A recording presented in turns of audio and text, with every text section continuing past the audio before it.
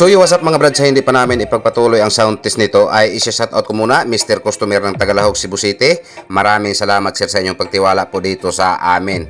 At ito po ang nilagay namin sa mid-range mga brad. Ito po ang sa positive at ito naman po ang sa negative. At ito naman ang speaker na ikinakabit namin, itong Targa brand.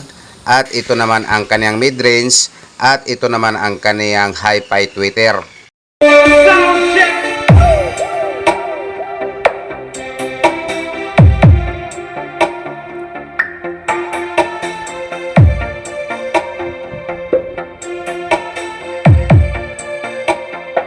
At ito po ang time na pinipick up na po ni Mr. Customer itong kaniyang order na dalawang D12 mid-bass 3-way.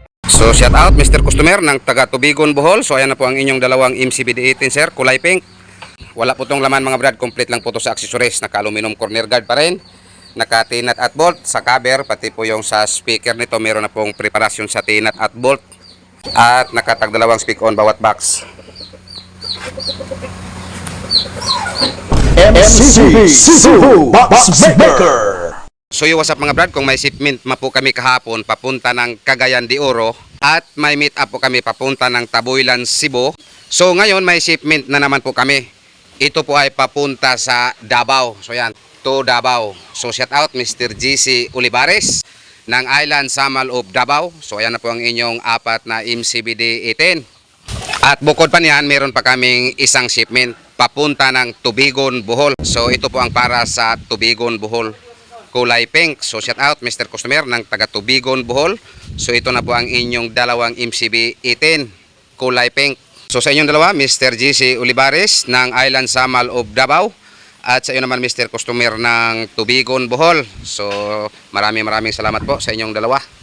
Ayan po ang sa loob Mr. Customer. Naka-double po to ang speaker board nito. So what's up mga brad, so ngayon may i-install na naman po kami itong order ni Mr. Customer na dalawang Halimaw 18. So yan, ito po ang speaker na iloload namin, itong Live Pro 18 at 1K, dalawang piraso. At ito po ang box na kakabitan namin ito. So yan po ang sa loob Mr. Customer. Naka-double po to ang speaker board nito. At naka-plunger. At naka-dalawang speak on bawat box. At meron na po itong tinat na kaabang Mr. Customer. Pati po yung sa cover nito, meron na pong tinat at bolt. Yan po ang pangalawa. Ngayon, ipagpatuloy po muna namin to sa pagkabit mga brad, para mapakinggan po natin ang sound test nito. So ayan po ang nakaload mga brad. Ayan.